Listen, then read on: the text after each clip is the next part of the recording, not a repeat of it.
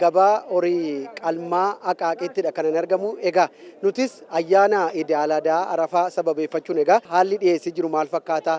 Gatiin isaanii immoo maal fakkaata? Kan barreen gaddaaf kan baranaa wal bira qabamee yeroo ilaalamu maal fakkaata kan jedhu isin biraan geenya.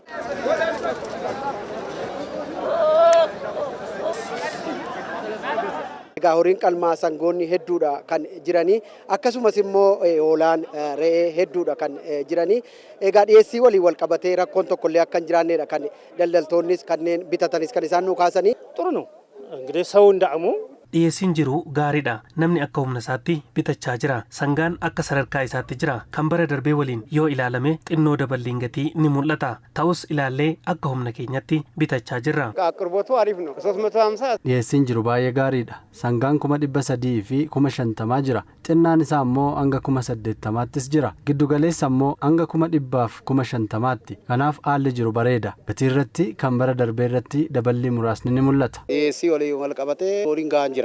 Horii bareeda jira. Horii akkuma laaltan kana horii baay'ee seena. Horiin iddoo irraa seena.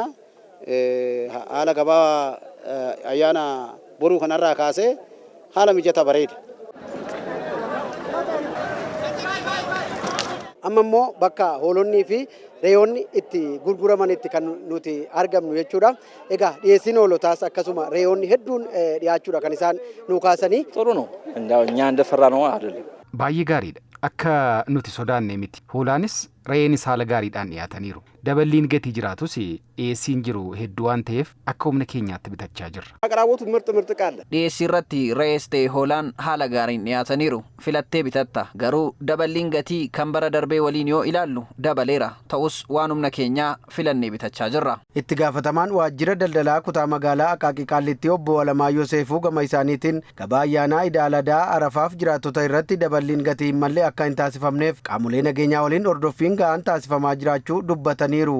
ፖሊሲiwwan hin jiru gibraaliin hin jiru adda addaa illee hin jiru nageenya fi gabaan sosochiin as keessa jiru hundumtuyyuu tasgabbiidhaan akka wal gurgurtii fi bittaan adeemsifamu ni taasifamaa jechuudha. Daballii harka namaatiin kan taasifamu kun illee akka hin taasifamneef nus hordofaa jirra waan ta'eef wanti jiru hundumtuyyuu tasgabbiidhaan kan oole ta'uu isaatti kan nuti hubanne.